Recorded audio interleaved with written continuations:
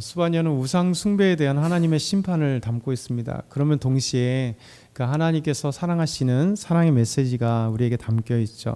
그래서 우리가 찬양, 옛날 찬양인데 스바냐 3장 17절 너희 하나님 여호와가 너희 가운데 계시니 그는 구원을 베푸신 전능자시라, 이렇게 찬양이 있잖아요. 이 찬양이 우리 삶 속에 있는 것처럼 하나님은 이제 그 우상에 대한 심판, 죄에 대한 심판과 동시에 하나님의 놀라운 사랑이 변하지 않음을 우리에게 말씀하고 있습니다. 오늘 말씀 보면 이제 스바냐가 어떤 집안에서 태어나고 어떤 활동을 했는지, 누구 때 활동했는지를 1절이 이렇게 말씀하고 있어요. 1절에 보면 아몬의 아들 유다 왕 요시야의 시대에 스바냐에게 임한 여호와의 말씀이니라. 스바냐는 히스기야의 현손이요 아마리아의 증손이요 그달의 손자요 구시의 아들이었더라. 그러니까 스바냐 선지자가 활동한 시대가 요시야 시대라고 말씀하고 있어요. 요시야는 하나님 앞에 의로운 왕이었잖아요. 이스라엘 백성들이, 특별히 유다, 남유다가 완전히 우상단지에 넘어지고 우상을 숭배하고 있을 때 온 천지가, 예루살렘 천지가 바알과 수많은 그 잡신들이 그냥 예루살렘에 가득했고, 또 왕들은 그렇게 계속해서 우상 숭배하고 있을 때 요시야 왕이 어렸을 때 왕이 되면서 이제 계속해서 이제 종교 개혁을 일으켜서 수많은 바알과 아세라들과 하늘의 신들과 수많은 것들을 다 이게 갖다 불사르고 철거하고 행했습니다. 결국 완전한 그 종교 개혁은 일으키지 못했지만 그래도 가장 이 종교 개혁의 왕이라 하면 요시야 왕을 그렇게 얘기하고 있습니다.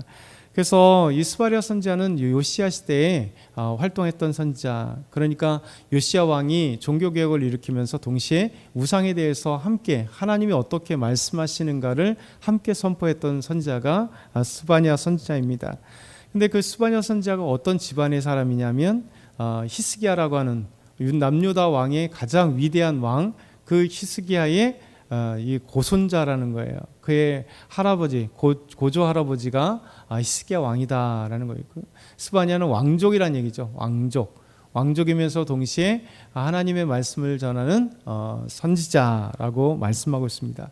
그러니까 얼마나 멋있어요. 믿음의 안에서 잘 양육되었던, 저 집안도 좋을 뿐만 아니라 하나님의 말씀에 잘 양육된, 우리 모두가 이렇게 생각을 하잖아요. 우리 자녀들 또 믿음으로 잘 양육되었으면 좋겠다. 우리 손주들도 마찬가지고 계속해서 이제 대대에 그렇게 믿음으로 살았으면 좋겠다 할 때 스바냐 선지자가 그런 것 같아요. 히스기야의 귀한 이 가게에 들어 있는데 그럼에도 불구하고 하나님의 말씀을 선포하는 아름다운 선지자.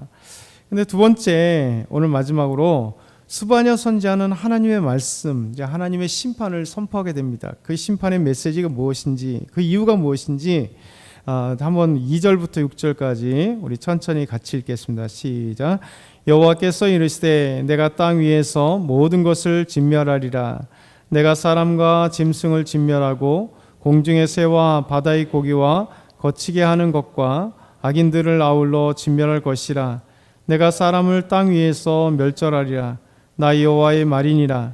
내가 유다와 예루살렘의 모든 주민들 위에 손을 펴서 남아있는 바알을 그곳에서 멸절하며 그 말임이란 이름과 및 그 제사장들을 아울러 멸절하며 또 지붕에서 하늘의 무별에게 경배하는 자들과 경배하며 여호와께 맹세하면서 말감을 가리켜 맹세하는 자들과 여호와를 배반하고 따르지 아니하는 자들과 여호와를 찾지도 아니하며 구하지도 아니하는 자들에게 멸절하리라. 아멘.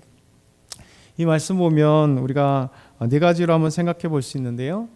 심판, 이 멸절의 대상이 누구인가라는 거죠. 오늘 읽었었던 말씀 보면 하나님은 땅 위에 있는 모든 것을 진멸할 것이고 사람과 짐승과 공중의 새와 바다의 고기 또 거치게 하는 것과 악인들을 진멸할 것이다. 그리고 유다와 예루살렘의 모든 주민들과 또 그 말임이라고 이름을 붙이는 그 제사장들, 그리고 우상을 숭배하는 자들을 다 진멸하고 멸절할 것이다 라고 하는 말씀을 오늘 말씀하세요. 그러니까 진멸의 대상들은 간단하게 얘기하면 우상 숭배하는 자들, 그래서 그 죄악 가운데 하나님을 떠난 자들이라 이렇게 합니다.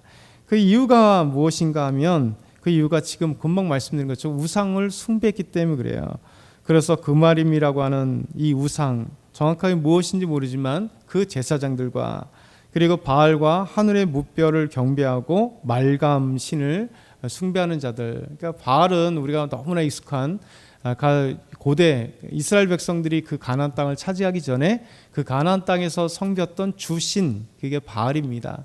이 바알은 폭풍의 신이기 때문에 비를 내려주는 가장 중요한 신으로 숭배했는데, 이 바알 그리고 그의 아내였던 아세라, 이 바알은 끊임없이 이스라엘을 괴롭혔던, 청소하지 못하니까, 그걸 완전 단호하게 제거하지 못하니까 역사 속에 계속해서 바알은 이스라엘을 유혹하고 남유다를 넘어뜨리는 바알 우상이 되었습니다. 그리고 그들은 이제 하늘의 무별에게 경배하는 거예요. 지붕에서 하늘을 바라보면서 이제 하늘의 이 많은 별들을 그것을 경배하는 거죠. 우리나라도 마찬가지로 그런 거 있잖아요. 장독대에다가 물 떠놓고 달을 보면서 이렇게 비는 것처럼, 예전에도 우리나라도 이런 달뿐만 아니라 별들, 묘성, 삼성 얘기하면서 은하수 이런 것들 있잖아요. 그래서 하늘의 별들을 보면서 그것을 또 보이지 않는 숭배의 대상으로 삼고 있는, 이게 이제 우리나라만이 아니라 전 세계 역사 속에 보면 이제 별들을 향하여 계속 별들의 그 아름다움이나 웅장함을 통해서 별들에게 보이지 않는 그 경배함들이 있었습니다. 그러니까 이스라엘도 가장 이 우상들이 많았을 때가 바로 이게 지붕에서 하늘의 무별을 보면서 별들을 경배하고요. 더 나아가서 보면 이제 요시야 왕이 개혁할 때 보면 태양신, 애굽에서 왔던 태양신, 이 태양신을 바라보면서 태양신에게도 이 수레를 만들어주면서 경배했던 수많은 신들이 많습니다. 또 한 가지는 말감이라고 하는 신입니다. 말감. 이건 이제 말감, 또 밀곰 이렇게 얘기하거든요. 말감이라고 부르기도 하고 밀곰이라고 하는. 이 밀곰은 어떤 거냐면 모압의 신인데, 이 밀곰은 무서운 경배의 대상이 있었습니다. 이 밀곰 신에게는 인신 제사를 드렸어요. 사람을 죽여서 제사를 드리는 거예요. 근데 그 인신 제사를 드리는데 하나님이 가장 싫어하는 인신 제사를 이 말감 신에게 드리는데요. 그냥 사람을 죽이는 게 아니라 자기 자녀를 갖다가 밀곰 신이 있고 여기 불을 활활 태고 그 안에 가게 하는 거예요. 그럼 이제 죽는 거잖아요, 불 속에서. 그래서 계속해서 성경에는 자기 자녀를 주지 마라, 이게 제사하지 마라. 그 이유가 뭐냐면 이 고대부터 계속해서 이 밀곰신, 말감이라고 하는 이 무서운 이 우상이 계속해서 그 우상에 대해서 자기 자녀들을 불 가운데 지나가게 함으로써 제사를 드리는 이 인신 제사가 이 말감, 밀곰이라고 하는 이 무서운 우상을 숭배하는. 그러니까 이스라엘이 하나님을 경배하고 하나님 앞에 나오는 이 이스라엘 백성들이 이 남유다가 이런 밀곰신을 숭배하고 있었다는 거 얼마나 악합니까? 고통스러운. 그래서 이 우상의 세 번째는 이 우상의 의미가 무엇이냐면, 이 우상을 숭배한다는 것은 여호와를 배반하는 것, 그리고 여호와를 찾지 않는 것, 여호와를 구하지 않는 것, 여호와를 배반하고 여호와를 찾지 않고 구하지도 않는 것, 이게 바로 우상 숭배의 의미다는 거예요. 우상을 숭배하면 여호와께 배반하는 거잖아요. 오직 여호와 하나님만이 참신이신데 하나님을 배반하고 또 하나님을 찾지 않고 우상에게 달려가고 여호와를 외면하고 우상에게 달려가는 이 죄들. 그러니까 하나님은 이 우상의 숭배에 있어서 반드시 진멸하리라, 심판이라 말씀하시는데, 그 심판의 날을 여러 날로 표현합니다. 1장 7절에 보면 여호와의 날, 1장 8절에 보면 여호와의 희생의 날, 1장 14절에 보면 여호와의 큰 날, 1장 18절에 보면 여호와의 분노의 날. 그래서 15절에 보면 그날은 분노의 날이요 환난과 고통의 날이요 황폐와 패망의 날이요 캄캄하고 어두운 날이라, 구름과 흑의 날이다. 하나님이 심판할 여호와의 날, 이 날이 바로 이 우상을 숭배하고 있는 이스라엘 백성들, 죄악 가운데 있는 이스라엘 백성들, 하나님을 배반하고 하나님 찾지 않고 하나님께 나아가지 않는 이 유다 백성들 향하여 하나님께서 심판하시겠다라고 말씀하는 거죠. 하나님은 끊임없이 구약의 모든 것을 쫙 짜면 우상 숭배에 대한 심판, 결국 하나님을 배반하고 하나님을 떠났기 때문에 참되신 하나님께 돌아와라. 이 말씀 우리에게 하고 있어요.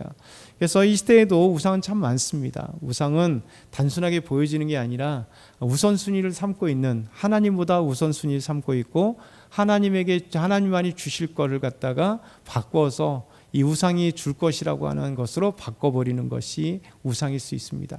그래서 오늘도 우리 삶 가운데 보이지 않는 우상과의 싸움이에요. 내 삶에 하나님보다, 예수님보다 더 위에 넘기고 더 크게 의지하고 있는 그 어떤 것이 나의 우상, 그것을 버리기 위해서 오늘도 달려가며 애쓰며 힘쓰는 저와 여러분 다 되길 소망합니다.